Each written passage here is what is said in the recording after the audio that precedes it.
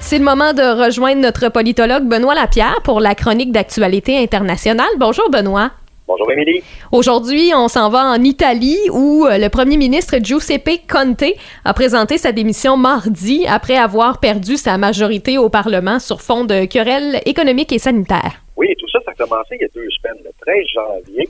L'ancien premier ministre Matteo Renzi, lui, a été premier ministre sous la bannière du Parti démocrate de 2014 à 2016. Et depuis ce temps-là, il a créé son nouveau parti, Italia Viva.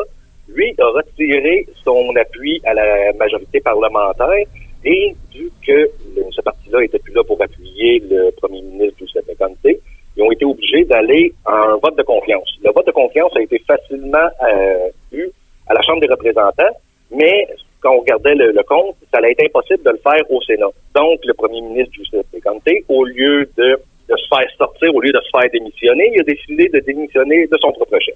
Et avec la démission, est-ce que ça veut dire que les Italiens vont se retrouver en élection prochainement? Pas nécessairement. Ça va dépendre de la décision que le président Sergio Mattarella va prendre à propos de ça. Officiellement, les élections ne devraient pas se tenir avant 2023, mais c'est pas la première fois que Giuseppe Conte fait ce genre de technique-là. On se rappellera qu'en été 2019, on avait eu une chronique sur ce sujet-là.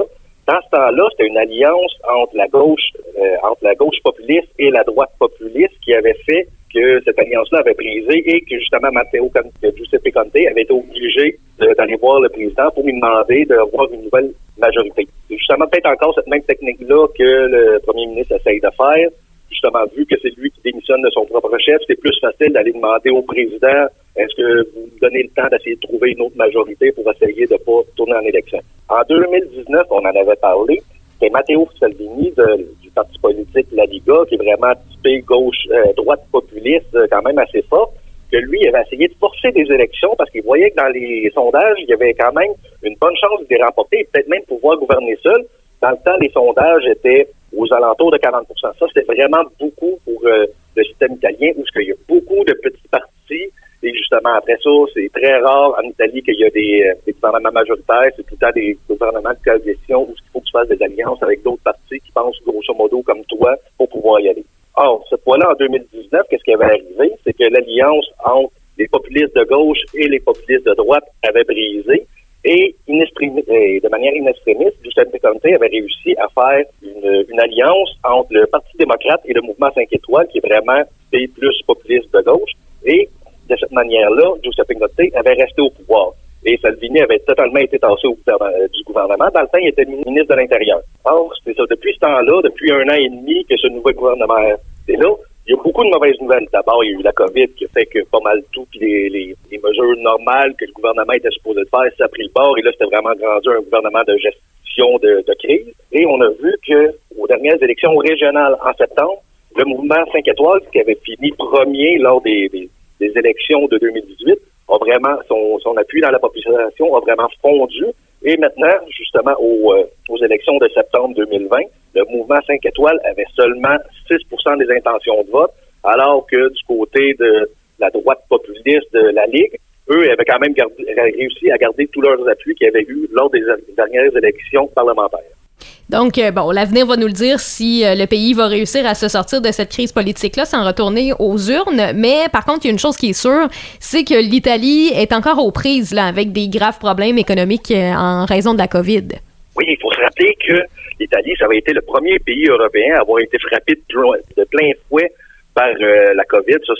Maintenant, ça date de presque 1 an.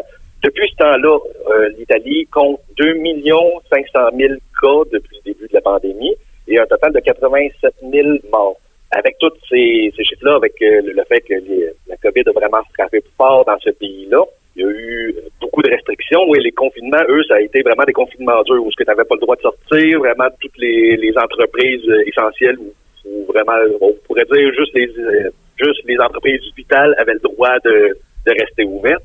À cause de ces restrictions-là, l'Italie a enregistré une baisse de 9 % de son PIB en 2020 et surtout, il y a eu beaucoup de dépenses pour les hôpitaux, mais aussi pour essayer de garder un semblant de normalité économique pour sa population. Si bien que le gouvernement s'est tellement endetté que maintenant, la dette de l'Italie se chiffre à 160 % de son PIB.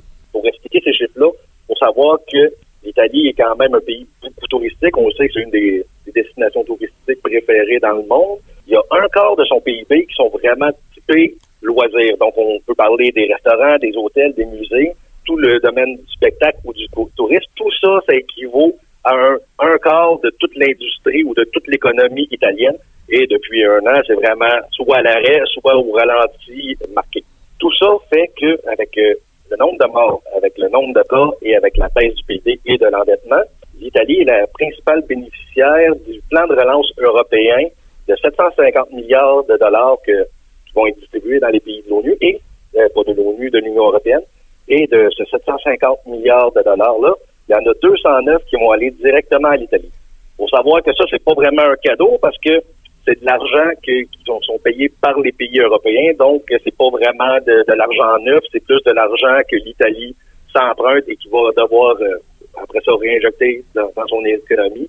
Mais justement, c'est pas de l'argent frais, c'est un prêt, mais qui a été garanti par l'Union européenne au lieu des gouvernements, parce qu'on le voit qu'avec le taux d'endettement, en ce moment, l'Italie aurait de la misère à pouvoir lever une telle somme de son propre chef. Ouais, mais on va surveiller qu'est-ce qui va se passer pour l'Italie du côté économique et du côté politique aussi. Benoît Lapierre, merci beaucoup, puis on se reparle la semaine prochaine. Merci, bonne semaine.